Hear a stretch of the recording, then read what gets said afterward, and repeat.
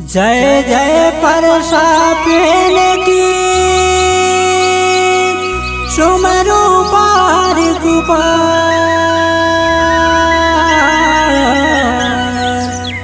जय गुरु लिंगोराय की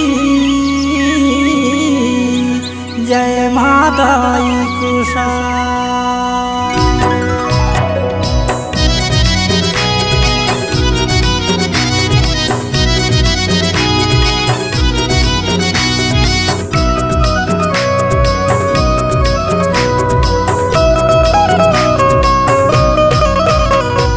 बड़े बिहनिया गुण गाथा बनवाना धरती दाई के सेवा। बड़ा देव के पैया पखारा भवन गढ़ के देवी देवता जोहार था। भवन गढ़ के देवी देवता जोहार था।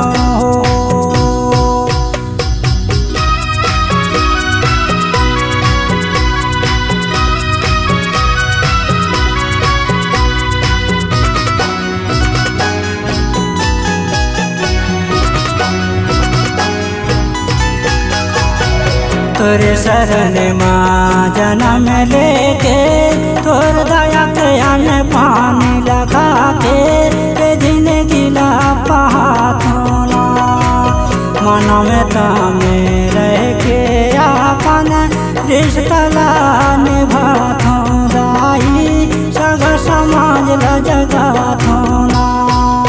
धरती मैया सबसे जन्म देवैया जीवे अनंत सबसे पालन करैया। तो लगहार लगा था बनवाना धरती दाई के सेवा। बड़ा देव के पैया पखारा भवन गढ़ के देवी देवता जोहारा था।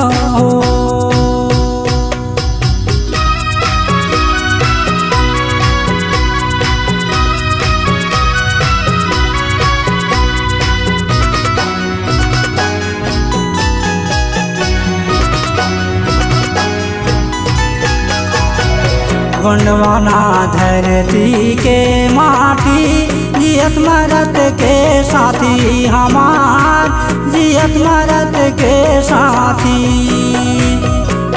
पत्थरा कोयला हीरा सोना बजहावे तोरे छाती माँ बजहावे तोरे छाती। महिमा हवे दाई तोरे अपार पीरा खाए तय हजार। अर्जी तोला सुना था गुणवाना धरती दाई के सेवा। बड़ा देव के पैया पखारा भवन गढ़ के देवी देवता जोहारा था।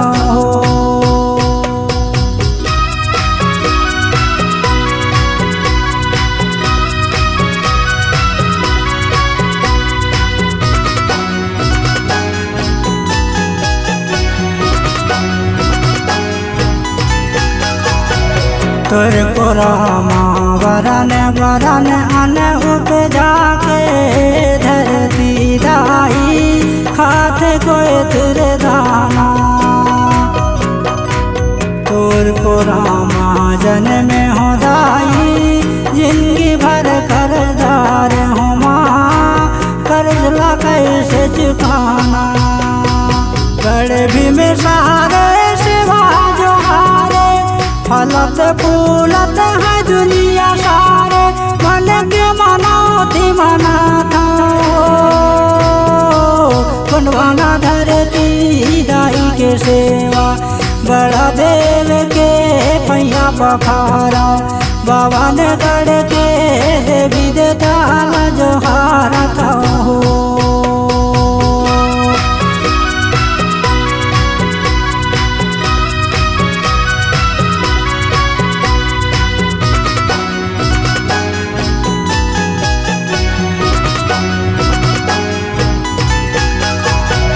तोर गोदी माँ कितनो संभोजन में मुँह लगाओ राजंगो दाई।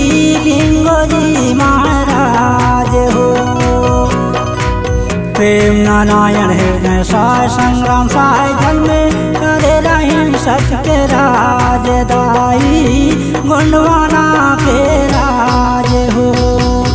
राम प्रसाद में धरती दाई के माटी ला चंदन तिलक लगा के भाग लाया पाने जगत गुणवाना धरती दाई के सेवा बड़ा देव के पैया पखारा भवन गढ़ के देवी देवता ला जोहारा था हो। भवन गढ़ के देवी देवता ला जोहारा था हो। भवन गढ़ के देवी देवता ला जोहारा था हो।